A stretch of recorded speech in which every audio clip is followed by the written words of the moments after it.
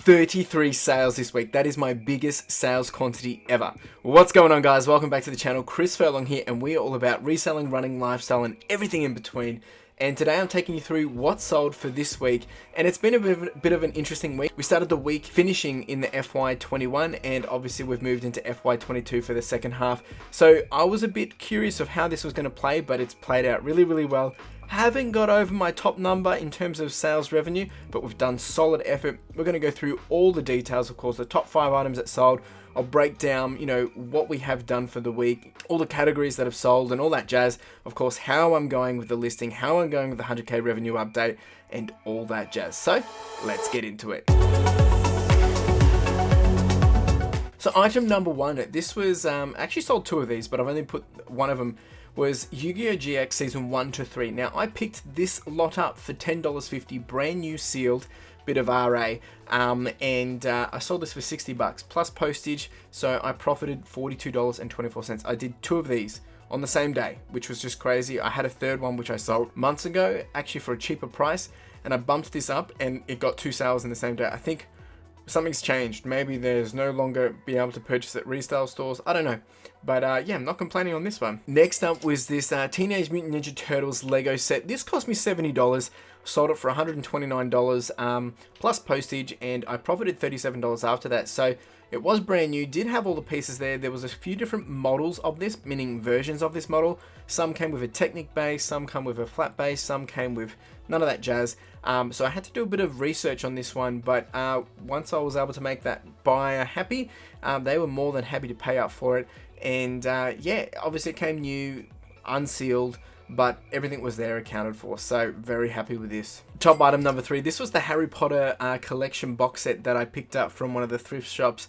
Now, I paid $50 for this, sold it for $115 plus postage, profited $32. Look, I probably could have got a little bit more, but there's no point getting greedy with these things. I was happy to just get the money back, keep the cash flow happening. So, yeah.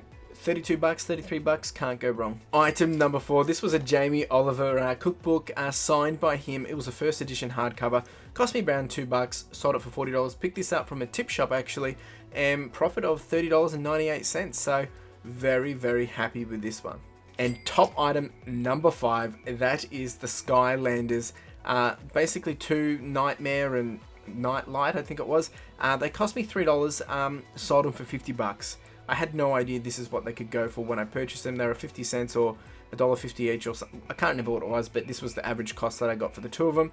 And profited $30.50 after postage. So super awesome to be able to get this kind of money for 2 Skylanders. So be on the lookout. I actually didn't have any flops this week. It's been a pretty solid week, and I just want to jump straight over to the numbers for this week. And it's been an epic week. 33 sales, as I mentioned. Around 46% margin. Now, of course, these numbers are all at a point in time. Hopefully, I'll get a couple more sales before the end of the night.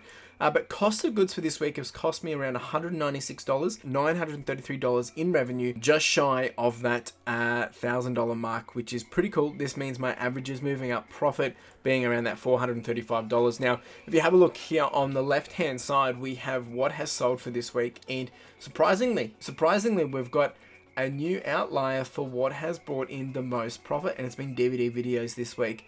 So $156 in profit, $286 in revenue. Books following quite close behind.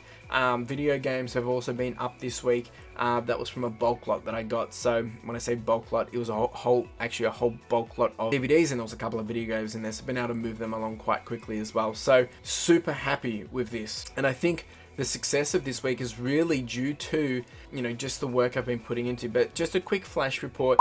So average now is $702 per week. We've moved up from $669 from last week. Obviously this week doing $933. But as you can see, we are charging higher. And this is my biggest week in terms of quantity. Not the biggest week in sales, but biggest week in quantity. And that's 2 weeks in a row now. So, things are looking great. Now, in terms of a bit of a challenge that I've been trying to push myself to do is listings, and this week I have absolutely stormed ahead. I have done 100 listings. I spoke about what I need to do in order to get close to that 100K revenue for the end of the year, and it was worked out to be about, depending on the average sale price that I'm getting, I need to be doing between 13 and 15 per day. So I made sure I showed up and got it done, did weekend listings, did week listings. And how I did this is I've been getting up between 6 and 6:30 and spending a good hour getting the 10 to 15 drafted, ready to go, so I'm knocking them out of the park as early as possible. I think that's key as well, you know, less distractions. So as you can see, I've averaged 14.3 this week per day for this week, which is just solid effort. And my sales have gone up basically by 1 per day. So we're sitting at 4.7 sales per day, up from 3.8 for this week. So I'm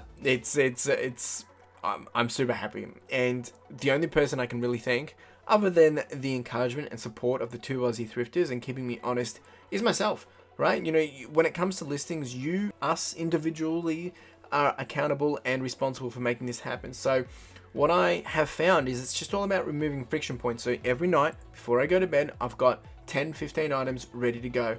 So I can get up, smash them out, and removing those friction points. Because if you're having to do a lot of the cleaning, if you're having to do all that jazz while you're trying to list, you slow down, you lose that momentum. Or if you are going to have to do those things, do it in batches and make that day all about it. So yeah, it's working really, really well. Here is the proof, as you can see. So, and the other thing I kind of wanted to show was how my daily average listings are moving up. And if you looked at my live stream that I had the other night, you can jump back and watch the replay if you want. But you can see that nice little jump right there, that the daily listings moving average is starting to jump up. So really making sure that I'm making a dent to get the results. Okay, so 100K revenue, where are we at the time of this video? 4th of July, evening, day 174. We have finally passed that 9th of June milestone, which was 17,300. So we're finally creeped over that. We're still way behind on that 23,000. We're actually way behind on everything. But as you can see down there on the right hand side corner, I've got my updated view of listings I need to do per day, every day for the rest of the year, based on the current average sale price of my sales to date, which is around $39. So if I can get this average sale price up, obviously I can do less listings. But as it continues to average between 38 to 42, this 14 is jumping between 12 to 15 or 13 to 15. So it is a daily grind, but it just means I need to continue to bring in that stuff and get the listing happening. Now, I have just reshuffled my listing room over the weekend just to make sure, removing any frictions, getting things ready to go, to make sure that I can smash it out once again. And who knows? Let's see if I can push for a little more than 100. A few different things on this week, but let's see.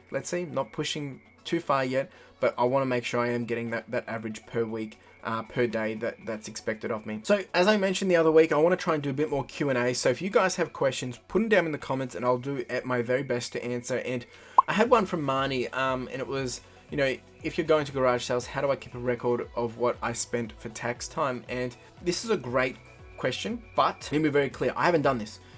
So you probably need to validate with your own accountants, but from my understanding, and you can probably do a quick search via the eBay forums as well, is that you just need to make sure you keep a track record of these things. Because if you're going over to them and say, hey, look, you know, I need to be able to capture this to be able to claim tax, and they're probably going to say, can you disappear, please? They probably won't say it that nice, but my suggestion, and this is what I think I'm going to be doing, is keeping a receipt book, making sure I'm lodging it and got the track record of it. However, check that with your accountant. I still need to check it with mine, but that's what I would be doing. If you've got a different opinion, or maybe you've already done this, let me know in the comments below. Would love to hear, because I'm always here to teach, but also here to learn, definitely, because I don't have all the answers. So Marnie, I hope that helps you out. But if anyone else has questions, please let me know. More than happy to give my thoughts, opinions. I'm not going to say that my answer is going to be the best answer, but it will be my best answer that I can give. So videos for this week. Well, so Wednesday we'll have the June full results, and also probably touch on just some of the things I'm going to be touching on as we progress with the business moving into FY22. Saturday we'll have week 6 of the 50K training plan, and then Sunday I'll have another podcast. So keep your eyes peeled for that and your ears peeled, because lots of exciting things coming. And of course, if there's little things that you would love to see, do let me know. But I am going to be trying to bring in some fresh things and alternate between thrifting, between some of the numbers and all that jazz as we progress. I'm not ready to bring in an additional video yet, but I'm going to continue to try and keep the content spicy and fresh and relevant for you guys and bring that value. So more than happy to hear ideas, but I've got a whole bunch of ideas of my own too. So all right, team, well that is it. I really do appreciate you being here. It's been a great week, and I can't thank you all enough, because having people jump in, leave a comment, some encouragement, ask a question, all this stuff really does encourage me. It really motivates me and keeps me just keeps me with the ball rolling. And I want to encourage anyone that we are going to have those highs and lows. I've had a couple of good weeks in a row now, which is really, really great, but I know that that doesn't mean that that's going to be what it is for the rest of these weeks.